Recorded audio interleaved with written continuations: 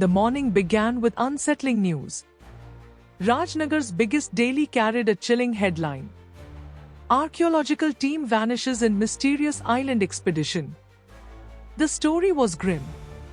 A team of scientists and explorers had set out on a voyage to study an uncharted island in the Pacific Ocean.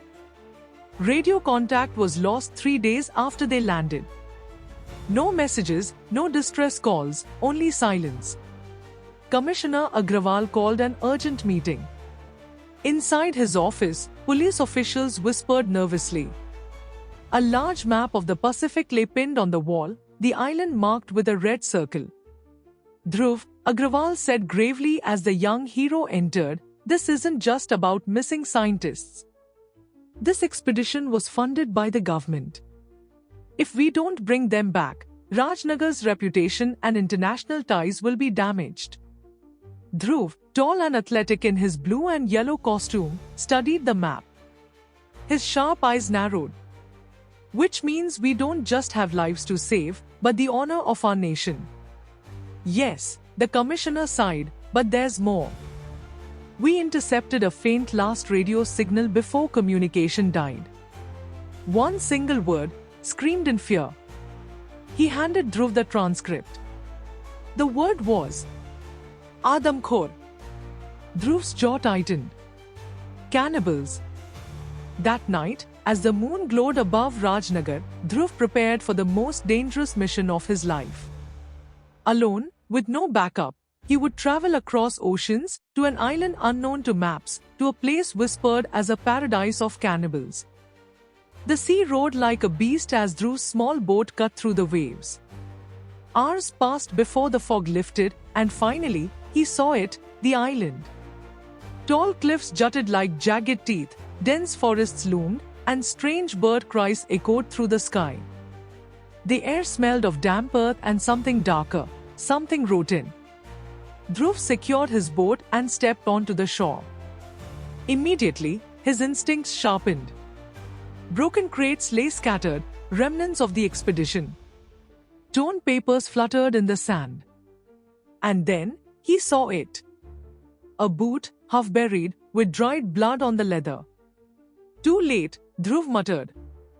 He ventured deeper into the forest, his senses alert. The canopy was thick, sunlight barely reached the ground, and the air was heavy with humidity. Strange markings carved into trees appeared, faces twisted in hunger, human bones painted red, airy symbols of a tribe that worshipped death. Suddenly, a whistle cut through the silence. Dhruv leapt aside instinctively as a wooden spear pierced the ground where he had stood. From the shadows, painted figures emerged, men and women, their bodies covered in tribal paint, their teeth sharpened like fangs, eyes glowing with savage hunger. Cannibals. They circled him, chanting, waving spears and axes. Dhruv stood calm but firm, his muscles coiled. "If you think I'll be your meal tonight, you've chosen the wrong prey." The first warrior lunged, but Dhruv's fist was faster, sending him crashing into a tree. Another swung a blade, Dhruv ducked, twisted, and kicked him to the ground. He moved like lightning, every punch and kick precise, knocking down attackers one by one. But there were too many. Nets flew from above, ropes wrapped around him. Dhruv fought, tearing through some, but the weight of numbers dragged him down.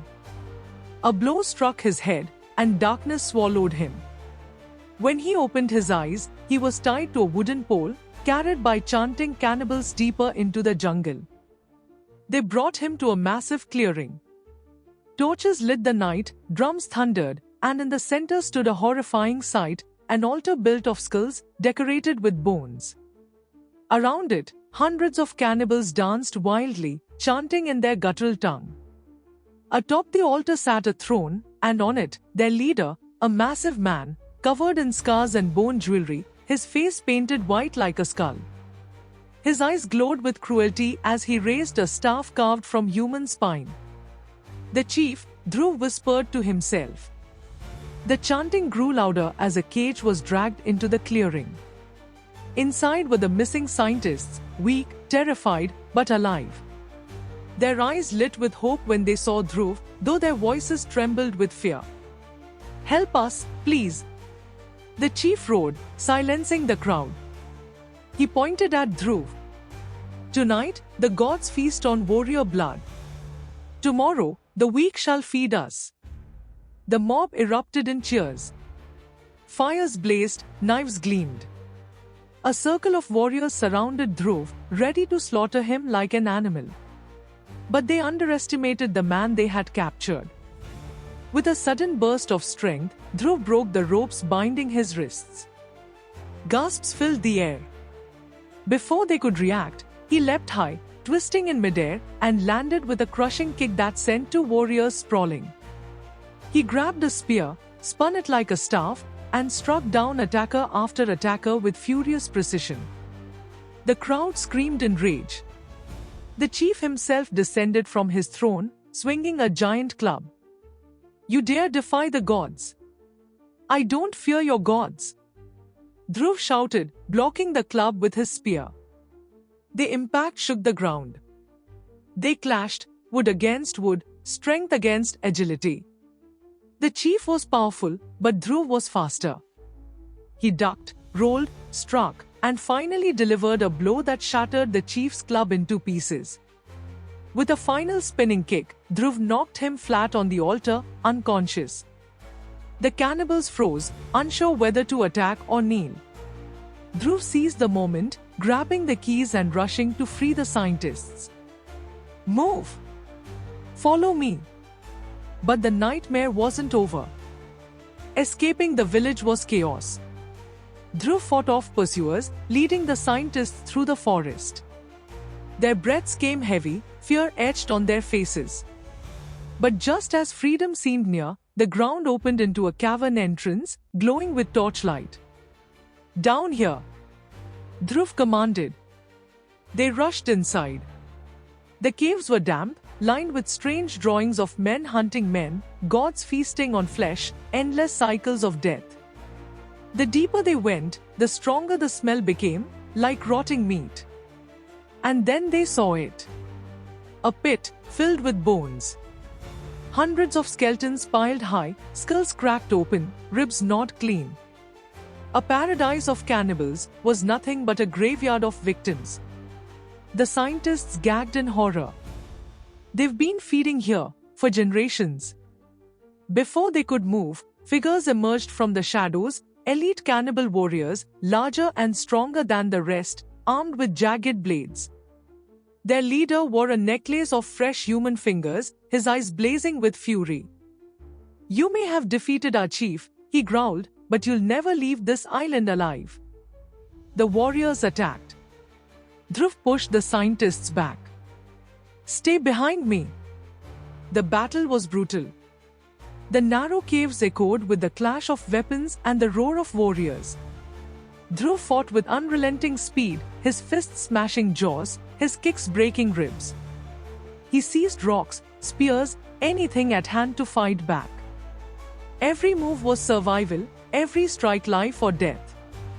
At last, after a grueling fight, the last warrior fell unconscious into the bone pit. The others fled, their courage broken. Dhruv, panting, turned to the scientists. "We are leaving. Now." Reaching the shore was not easy. Cannibals pursued them relentlessly, fires burned through the forest, and war drums thundered. But Dhruv never slowed. He carried the injured, shielded the weak, fought through ambush after ambush. At last, they reached the beach, only to find their boat destroyed, torn apart by the cannibals. The sea roared before them, enemies behind. "Dhruv, we are trapped," one of the scientists cried. "No," Dhruv said firmly. "We are survivors." He scanned the shore and spotted broken logs, ropes, and barrels. Working swiftly, he constructed a makeshift raft. The scientists helped, fear fueling their urgency. As the cannibals emerged from the jungle, screaming in rage, Dhruv pushed the raft into the water. "Go," he shouted. They paddled desperately as spears flew past, some striking the raft, others splashing into the sea. Dhruv fought them off with a pole, deflecting attacks, until the current carried them farther and farther away. The cannibals stood on the shore, roaring in fury, their paradise slipping from their grasp.